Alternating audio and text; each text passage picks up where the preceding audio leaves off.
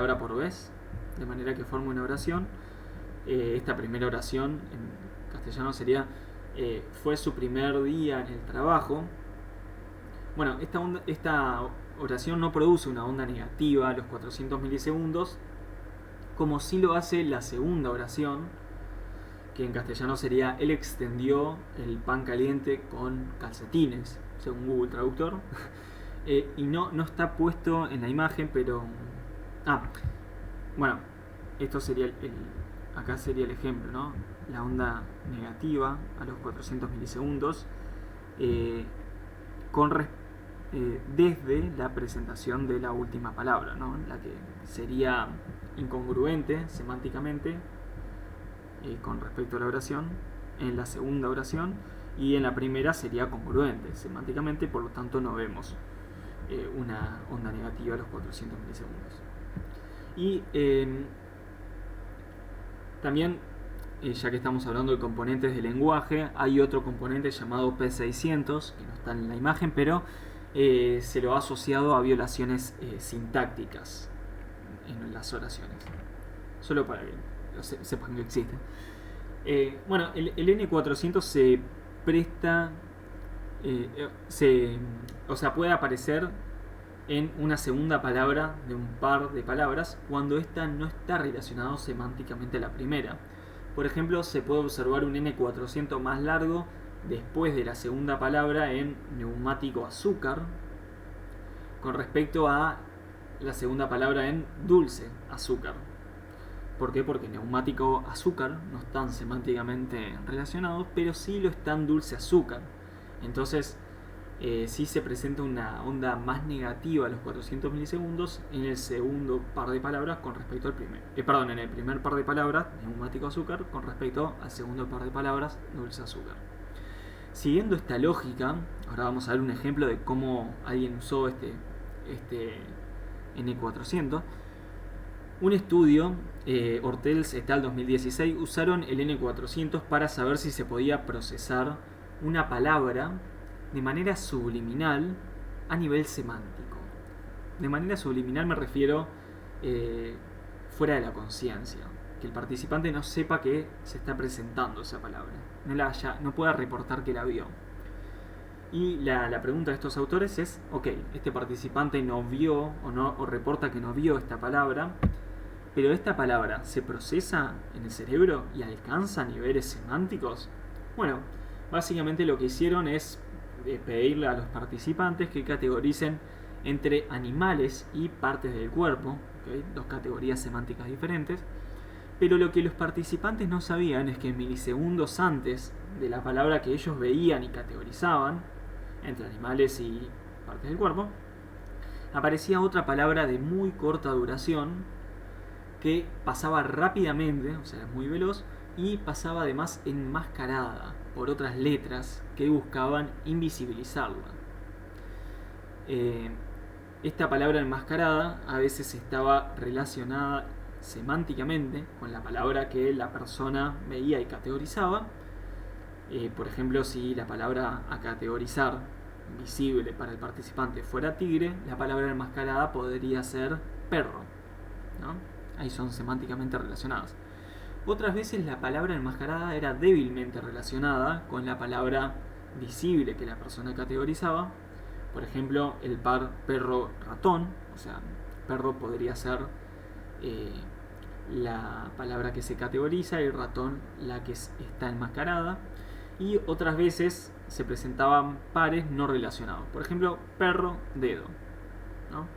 Bueno, lo que se vio al comparar estos tres tipos de pares, los fuertemente relacionados semánticamente, los débilmente relacionados semánticamente y los no relacionados semánticamente, bueno, se ven estas ondas así, y se ve que a los 400 milisegundos es más negativo la onda en los pares no relacionados y en los débilmente relacionados con respecto a los fuertemente relacionados, ¿no? Se puede ver acá, y las diferencias son significativas estadísticamente, como vieron en la clase pasada con Vale, por lo que se puede inferir que las palabras son procesadas de manera subliminal y alcanzan niveles semánticos. También vamos a ver que existen componentes relacionados a las emociones. De hecho, ya los nombramos. Por ejemplo, el N170, el de caras, ese, el N2, el P300, incrementan ante un estímulo emocional con respecto a uno neutro. Por lo que si alguien utilizara un diseño bastante inteligente, podría inferir cosas con respecto al procesamiento emocional de estímulos. También voy a mencionar que hay componentes relacionados a la memoria a largo plazo. Por ejemplo, existe un componente llamado efecto DM debido a la memoria. No fueron muy creativos con el nombre en este componente. Por lo general se trata de una positividad amplia entre los 400 y 800 milisegundos, o sea, bastante duradera, en electrodos centrales y parietales.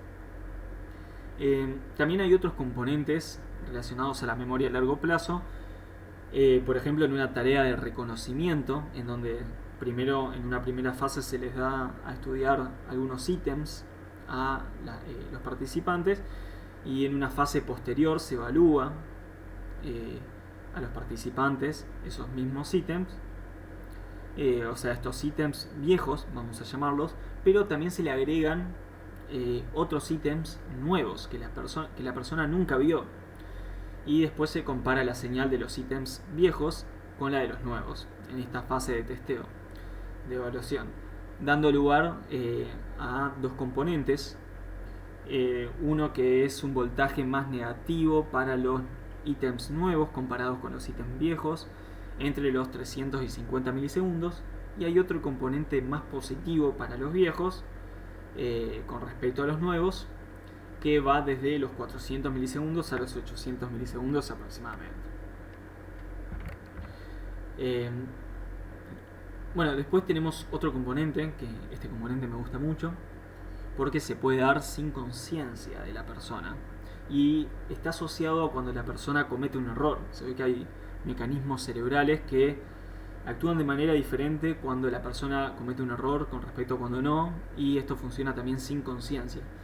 Si se comparan, por ejemplo, ensayos correctos, en donde la persona dio una respuesta correcta, con respecto a ensayos incorrectos. En este caso, el tiempo cero es el comienzo de la actividad de la respuesta. Bueno, en el caso acá de la imagen, el comienzo de la actividad de la respuesta está medido por otro aparato psicofisiológico que creo que vamos a ver más adelante, el electromiograma, en donde básicamente puede registrar cuando comienza una actividad motora, en este caso en la mano, y está seteado, digamos, el tiempo cero sería el comienzo de la actividad en el electromiograma, y se puede ver que cuando se comparan ensayos correctos de respuesta correcta con ensayos de respuesta incorrectas y ensayos de respuestas incorrectas parciales, que es cuando la persona movió la mano que era de una respuesta incorrecta, pero no alcanzó a apretar el botón, por eso respuestas parcialmente incorrectas.